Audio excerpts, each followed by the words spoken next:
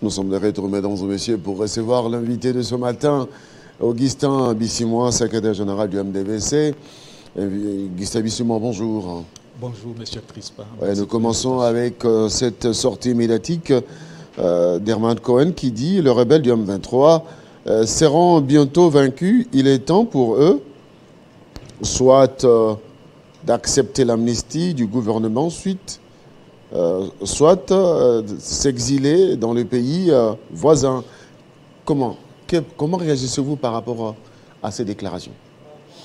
Non, mais nous attendons à beaucoup de déclarations pareilles au niveau du MDVC, parce que le travail qui est en train d'être fait, en tout cas, c'est un travail qui doit porter beaucoup de fruits. Et nous avons alerté il n'y a pas longtemps que l'on peut perdre évidemment la bataille, mais ce n'est pas pour autant dire qu'on a perdu la guerre. Et donc, nous sommes beaucoup plus expérimentés par rapport à ça, parce que ça fait très longtemps que le Rwanda avait tenté ses velléités hégémoniques, mais il n'avait jamais réussi, parce qu'il y a toujours des faits. Et pas plus loin qu'en 2013, l'M23 avait même pris la ville de Goma. Et il n'y a pas aussi, vers les années, je crois, 2008, Mutebussi, Laurent Nkunda, ils ont pris la ville de Bukavu, et puis ils se sont retirés après. C'est-à-dire que nous ne devons pas seulement paniquer, parce que la RDC, en tout cas, c'est une force.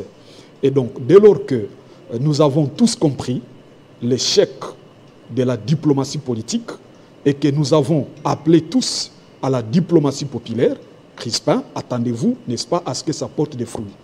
Pourquoi? Parce que lorsqu'on veut résoudre un problème, il faut d'abord en identifier, n'est-ce pas, les racines.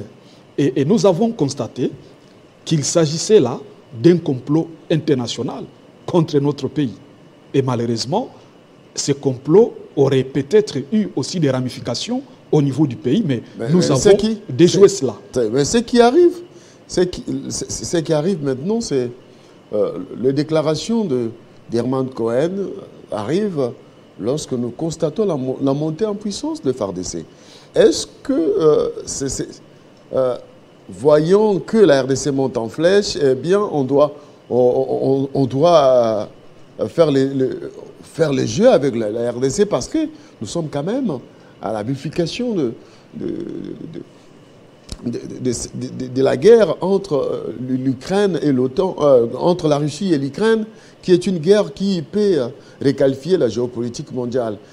Est-ce que nous sommes en train d'assister au retour des amours entre la RDC avec des puissances qui hier l'ont tourné les dos? Bon, tout ça c'est possible bien sûr, mais je suis en train de vouloir démontrer ici que un plan avait été monté. Et le plan, en tout cas, qu'on ne se voile pas de face, c'était un plan de balkanisation de notre pays. Mais comme nous avons tous été avertis à temps, la population aussi a compris, parce qu'il n'y a pas longtemps, le gouvernement congolais était en train de penser qu'il s'amusait avec les autres de bon cœur. Voyez-vous, c'est-à-dire que le président Tshisekedi, à son arrivée au pouvoir, il avait pensé que l'État va se gérer avec les sentiments où il faut tel est mon ami, tout ça. Et depuis 4 ans d'Iran, cette fois, il a compris que les relations entre États, c'est par rapport à ce qu'on appelle rapport de force. Et donc, c'est comme ça que nous avons dit, au niveau du MDVC, que dès lors que la diplomatie politique a échoué, il importait de travailler dur sur la diplomatie populaire. Et cette diplomatie populaire allait juste, n'est-ce pas, tourner les canaux vers la communauté internationale pour dénoncer son silence coupable et, n'est-ce pas, et sa complicité avec l'ennemi. Et dès lors que, désormais, il y a cette mobilisation partout, tant au niveau interne qu'au niveau de l'extérieur, même au niveau des provinces, on sent des marches partout et ces marches disent non, non à l'agression de notre pays. Parce que ce qui avantage, n'est-ce pas, un mouvement armé à avancer, c'est lorsque la population dit oui. C'est lorsque la population semble être intéressée de la question. Nous sommes là, je crois, en 96-97, lorsque l'AFDEL avait pris le pouvoir. Vous allez vous rappeler que la population avait ouvert les portes à l'AFDEL. Pourquoi? Parce qu'on était déjà tellement fatigué par la gouvernance, n'est-ce pas, de Mobutu. Et c'est comme ça que la population a dit, venez, venez. Et tout de suite là, Mouzé a marché sur la République dans peu de temps. Et donc, il était seulement question que nous puissions rester dans les considérations de la mauvaise gouvernance pour que l'ennemi en profite. Mais heureusement, l'opposition a pris le courage, évidemment à travers d'abord les professeurs Dr Justin Modekereza, qui étaient les tout premiers opposants, à appeler à la mobilisation générale, à demander à ce que nous puissions d'abord mettre de côté nos divergences politiques pour d'abord sauver la patrie. Et c'est comme ça donc que, constatant cet échec de la diplomatie populaire, il était important maintenant de tourner les canaux vers la communauté internationale pour lui rappeler comment est-ce qu'il peut se taire face à une agression comme celle-ci. Parce qu'au niveau des Nations Unies, lorsqu'on découvre, on va même plus loin en disant que l'M23 est suffisamment et hyper armé, plus que la MONUSCO. Vous vous rendez compte? Et sans pitié ou sans honte, il dit non, les armes du M23 viennent de quelque part.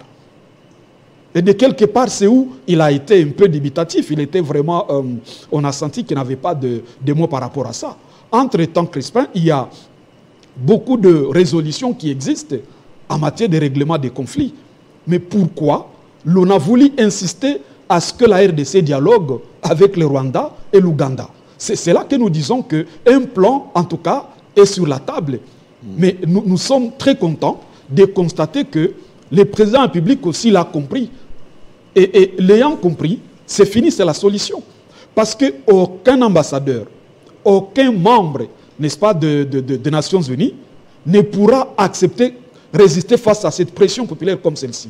Nulle part où on peut forcer, n'est-ce pas, un mouvement armé à prendre le pouvoir. Ça ne se fait pas. Alors, le secrétaire général des Nations Unies qui dit que les Nations Unies ne sont pas armées pour faire face à l'armement du M23, mais quand le FARDC monte en flèche et commence à mater la rébellion, cela veut dire que la RDC est plus armée que les Nations Unies? Non, c'est-à-dire que, oui, mais déjà ça... c'est une question un peu... Tout à fait. Et c'est là que nous saluons d'abord le fait que le réveil, n'est-ce pas, du président de la République. Parce que nous avons dit il y a longtemps, vous vous rappelez qu'il y avait des gens, les oiseaux de mauvais augure, qui étaient en train de vendre un plan triangulaire, qui nous vraiment amenait sur le plan de dialoguer. Le plan triangulaire est proposé par Vital Kamerhe, qui avait proposé que la RDC puisse négocier avec les Rwandais, Ouganda.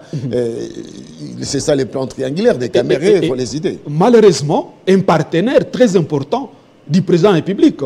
Et c'est comme ça que le président est entouré par des gens qui l'amènent dans des choses sur le terrain, glissant, au lieu réellement de travailler sur l'armée. Regardez, si aujourd'hui Herman Cohen change de langage, c'est parce qu'il va la monter en puissance des FARDC.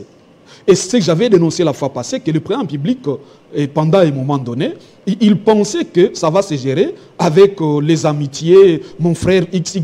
Il n'y a pas d'amitié, il n'y a que des relations ou des rapports de force.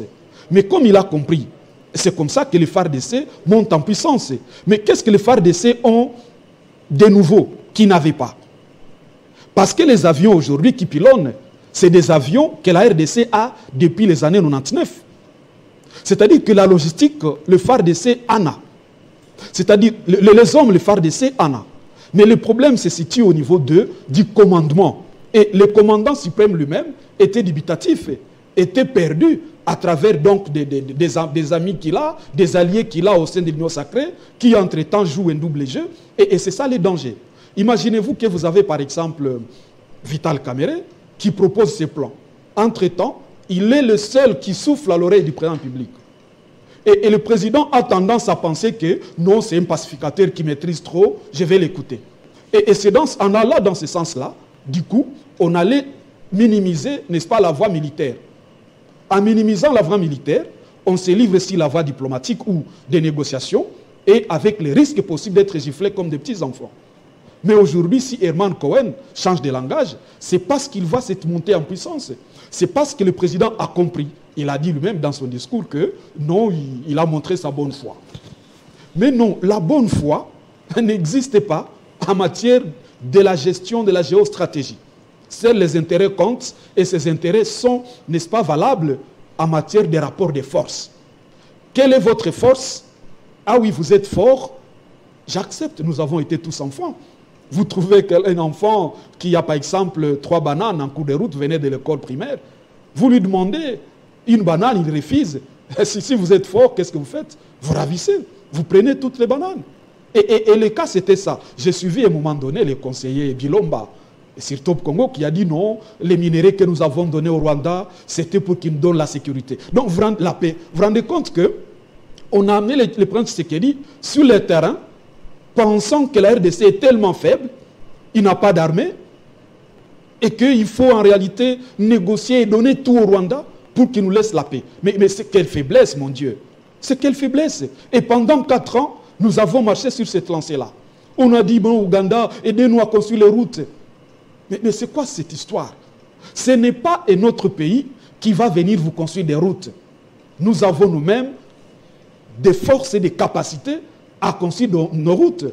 Parce que tenez, lorsque vous focalisez l'attention sur les recherches des investisseurs à l'étranger, et vous décaissez beaucoup d'argent pour aller chercher les investisseurs à l'étranger. Mais cet argent-là, si vous faites la sommation, vous allez vous rendre compte que vous aurez peut-être autant d'avions que possible aujourd'hui. Parce qu'aujourd'hui, c'est l'armée aérienne qui pilonne les M23 et qui fait parler Herman Cohen.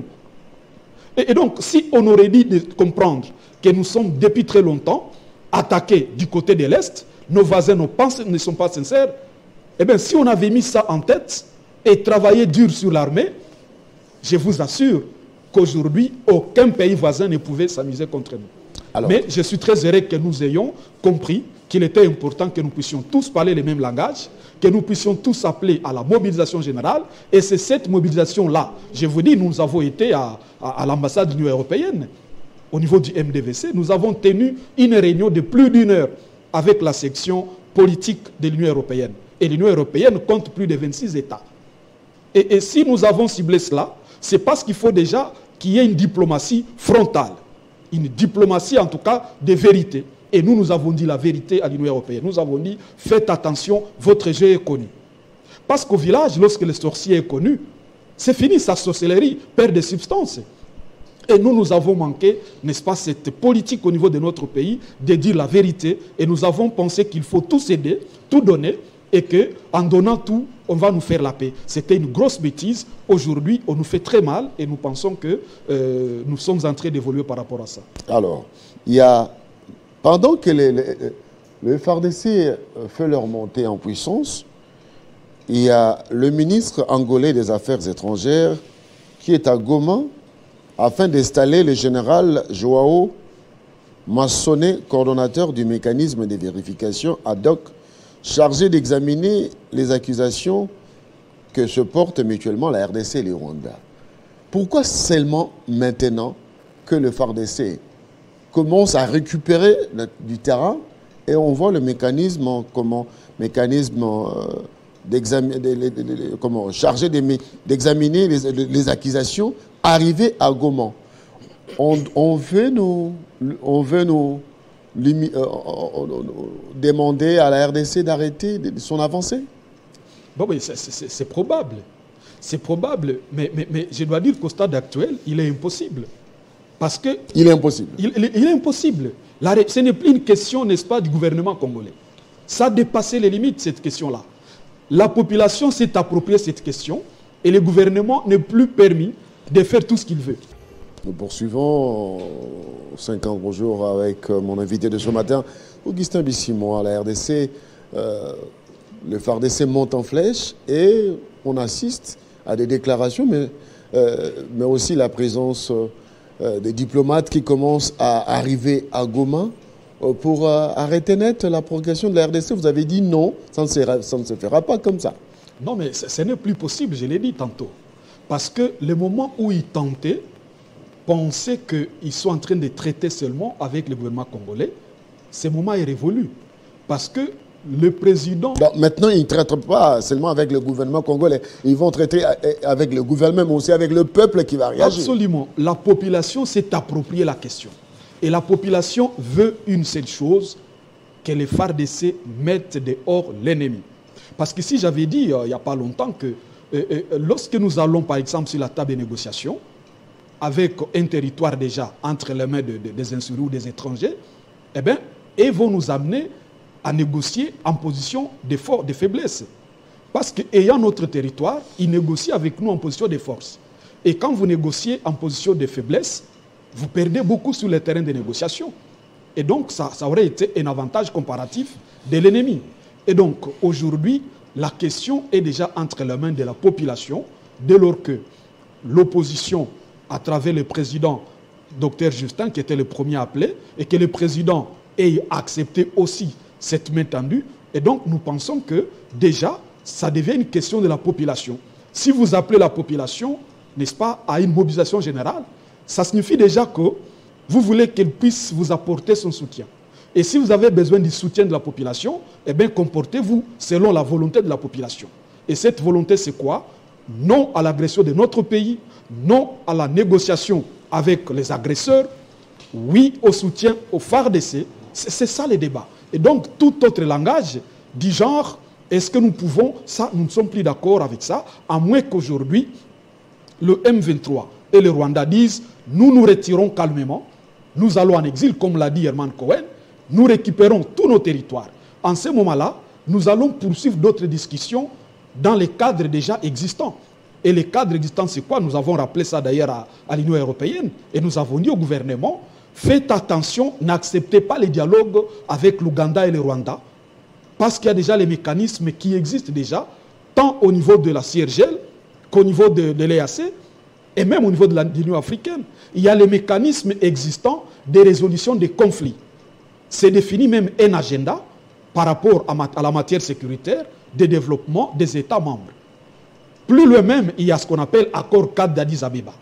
Cet accord cadre existe et les parties prenantes ou les signataires ont tous adopté les mécanismes selon lesquels aucun pays ne peut agresser l'autre. C'est-à-dire qu'il y a des mécanismes de non-agression des États qui existent.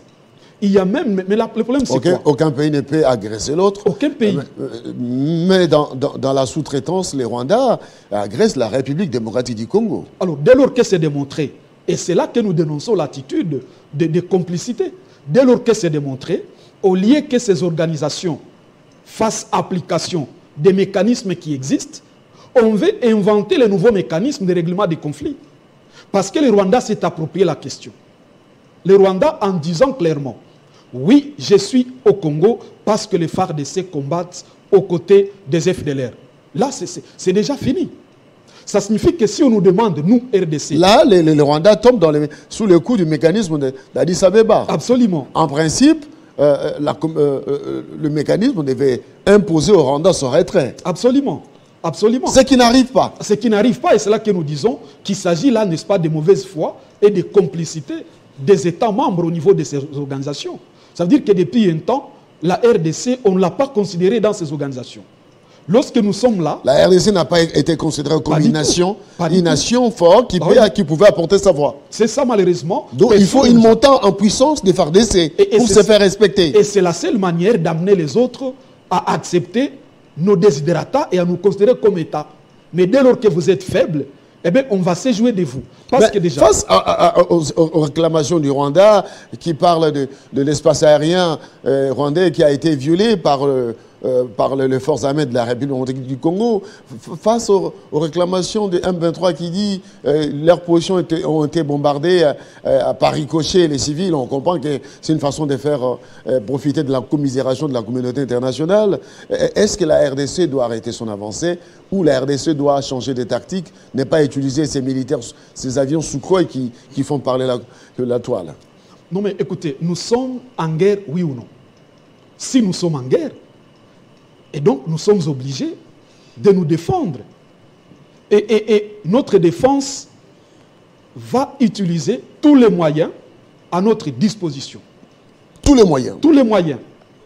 Et donc, ce n'est pas pour rien que nous avons... On ne va pas parler de la force doit être disproportionnée face à la menace. Non, mais il s'agit d'une agression étrangère. Il s'agit d'une agression. Pourquoi nous avons l'arsenal militaire? Pourquoi nous avons ces avions? Pourquoi on les a achetés? Ce n'était pas pour décorer notre dépôt. Non, pas du tout. C'était beaucoup d'argent que M. Laurent Désiré Kabila avait débloqué pour acheter ces avions en 99.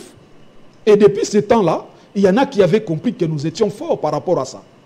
Parce qu'à tout moment que vous achetez des armes, il y a des mécanismes internationaux de contrôle qui suivent, qui savent déjà que tel pays s'est doté de tel armement. Et déjà, c'est un signal fort au niveau des États. Parce qu'au niveau du combat, on essaie un peu d'identifier les armes que détiennent les autres. Si l'armée en face ou l'équipe en face utilise telle arme, ici on ne doit pas réagir. On doit d'abord analyser la nature de l'arme. Est-ce que nous l'avons? Si nous l'avons, nous allons maintenant utiliser l'arme supérieure. C'est comme ça que ça se fait. Et si nous ne l'avons pas, c'est comme ça que finalement on peut dire négocions. Négocions. Nous acceptons notre reddition. Bah oui. Mais maintenant, nous avons commencé par vouloir négocier avant d'épuiser tout ce que nous avons comme voie. Comme moyen militaire. Comme moyen militaire. Et c'est un danger malheureusement, et ça peut me décourager les militaires au front. Parce que les militaires, à tout moment qu'il y a acquisition, il y a des généraux, il y a des officiers qui sont censés accéder aux informations. Alors, cela veut dire que les experts militaires qui étaient en place ont tout fait pour divertir le chef de l'État en lui faisant croire qu'on n'avait pas l'armada militaire nécessaire, parce qu'on ne l'utilisait pas. Mais maintenant, ça arrive avec la nouvelle équipe. Nous avons un nouveau chef d'état-major et d'autres généraux sectoriels, et on sent du renouveau, c'est-à-dire qu'il y avait des traîtres réellement. Bon, c'est fort possible, mais je ne vais pas entrer sur ce terrain-là. Parce que le problème, c'est on analyse le fait. Absolument. Mais le problème, c'est quoi? D'abord, au niveau de l'armée, c'est le problème du commandement. Et ici, dans les cas d'espèce, nous avons un seul commandant, ce qu'on appelle commandant suprême des forces armées et de la police. C'est le président de la République. Parce que lorsqu'il signe un cessez-le-feu en Angola, l'armée doit se ranger. L'armée doit dire, le commandant a signé un cessez-le-feu. Ça veut dire que ça nous met dans une position où nous ne devons pas nous battre. Nous gardons nos positions. Et par naïveté, le président Tshisekedi, qui était en train de vouloir montrer la bonne foi, pendant ce temps, on nous gifle, bonne foi, on nous gifle, jusqu'au niveau où nous sommes aujourd'hui. Et donc, c'est lui qui nous a conduit à ça. En pensant que les Rwandais, on devait les gérer avec la bonne foi, eh bien, c'était un problème, donc, de la non-maîtrise des enjeux de la sous-région et de la géostratégie, donc, malheureusement. On peut aujourd'hui dire que le cessez-le-feu du Rwanda a volé en éclats. Ah oui, mais c'est ça, parce que déjà, la population a compris. La population s'est appropriée la question. L'opposition a dit oui au soutien au FARDC, non à l'agression, non au dialogue. Moi, personnellement, j'ai des menaces. Non au dialogue, c'est comme qui dirait non au cessez-le-feu. Ah oui, c'est ça, évidemment. Parce qu'avec l'arrivée des diplomates, j'ai lu sur les réseaux sociaux aussi le porte-parole du gouvernement, Patrick Mouyaya, qui déclarait qu'on nous impose à dialoguer. Ah ben oui, c'est ça les dangers. Mais maintenant, si déjà on nous impose, parce qu'au fait, au niveau si nous devons dialoguer, le gouvernement doit seulement garder son cap et dire nous n'allons pas dialoguer avec le Rwanda et l'Ouganda. Si nous allons discuter avec eux, oui, c'est dans les mécanismes qui existent déjà au niveau de nos organisations. C'est-à-dire, nous sommes membres de la CIRGL, nous sommes membres de l'Union africaine, nous sommes membres de l'EAC. Et chacune de ces organisations a déjà des mécanismes existants que les États, de la SADC aussi, évidemment. Les mécanismes qui avaient déjà été adoptés par les États membres. Et ces mécanismes portent sur les résolutions des conflits, la sécurisation des États et la passation, la communication des informations sur les menaces. Mais nous, comment on nous dribble? En 2013, le M23 est défait. Il se réfugie une partie en Ouganda, l'autre au Rwanda. Mais quand le M23 refait surface, il s'est organisé où? Pas au pays. Soit au Rwanda, soit en Ouganda. Mais par rapport maintenant aux mécanismes qui existent, d'abord au niveau de la CIRGL, où l'on dit que les États membres doivent informer les autres États, dans tout cas suspect, d'agression ou d'attaque. Mais quand ils se sont organisés chez eux, pourquoi ils ne nous ont pas communiqué? C'était déjà la mauvaise foi. Et malheureusement, malgré cette attitude, le président Tshisekedi a encore accepté d'aller nous amener dans l'EAC. Là où nous trouvons les mêmes Rwanda et les mêmes Ouganda. Et donc, il y a aussi une politique de tâtonnement qui peut arriver à déséquilibrer et l'armée et la population. Et là, l'ennemi peut en profiter. Mais dis-moi jusque-là, avec la montée en puissance de FARDC, on sent que le front bouge. Une très bonne chose que nous saluons. Parce que c'était ça notre demande. Et nous demandons au président Tshisekedi de maintenir sa pression. De ne pas accepter un quelconque mot d'appel au dialogue avec le Rwanda et l'Ouganda. De ne pas tendre l'oreille à tout ce qui l'entoure. C'est suicidaire. Tout simplement, d'ailleurs, on aurait dû dire, fermons le Parlement, momentanément, tous ces moyens-là de députés, de sénateurs, mettons dans l'armée en attendant que nous puissions récupérer notre territoire. Ça peut se faire. On peut décréter un état et des sièges politiques dans ce sens-là. Et donc, mais dès lors que le président de la République est entouré par les alliés, qui jouent un jeu qu'on ne maîtrise pas, c'est très dangereux. Je dois vous surprendre, Crispin. Comprenez-vous normal? On va terminer par là. Comprenez-vous normal qu'un gouvernement ne soit pas capable de comprendre qu'il n'est pas sous embargo? Est-ce que ce n'est pas de la honte qu'un gouvernement soit informé maintenant, même le Sénat qui est censé faire la diplomatie de la République? C'est seulement hier que le président du Sénat a été informé que nous ne sommes pas sous embargo et que nous pouvons acheter les armes. Vous vous rendez compte dans quel état nous sommes en train de gérer la République?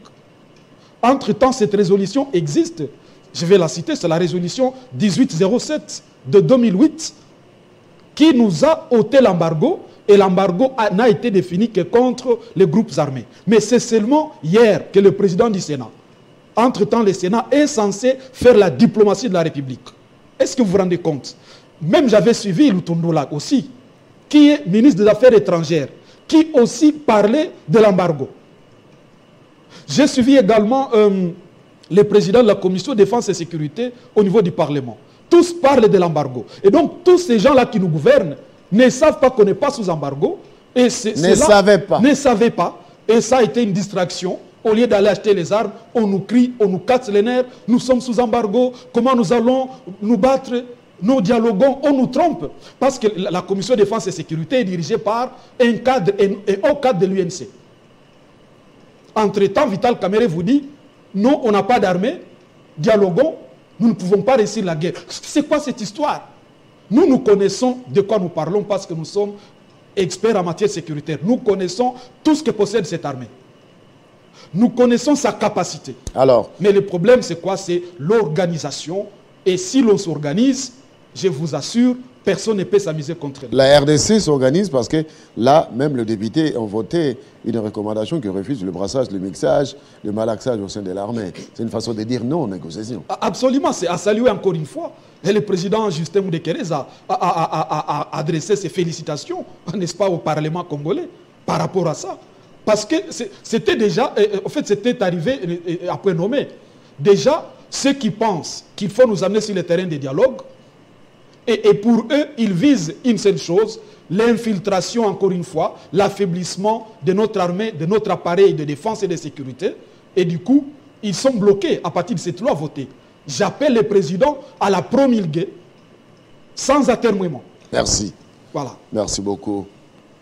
Augustin Bissimois, merci d'avoir accepté l'invitation. C'est moi qui vous remercie, Christian. Je rappelle que vous êtes secrétaire général du MDVC, un parti politique de l'opposition position extra-parlementaire dirigé par le professeur Amou Deguereza. Docteur Justin Moudekereza, candidat président République, ticket gagnant. Là, c'est encore, faudra attendre la paix pour organiser les élections. Merci beaucoup, mesdames et messieurs. Ce n'est donc fini avec mon invité ce matin. Il s'agit bien sûr d'Augustin Bissimois, secrétaire général du MDVC. Je profite de l'occasion pour dire un petit bon anniversaire à mon gamin Prince Tibassou qui totalise une année aujourd'hui. Allez, bon anniversaire, je sais que ça bouge à la maison. Allez, à bientôt donc sur votre chaîne. L'information est en continu sur Télé 50. Mesdames et messieurs, je vous retrouve demain à 19h, à 18h, heure de Kinshasa, 19h, heure de Lubumbashi, de Goma, de Kiwanja, de Kibumba, de Rutshuru. Et ça sera pour Kinshasa Direct. Au revoir, bye, ciao.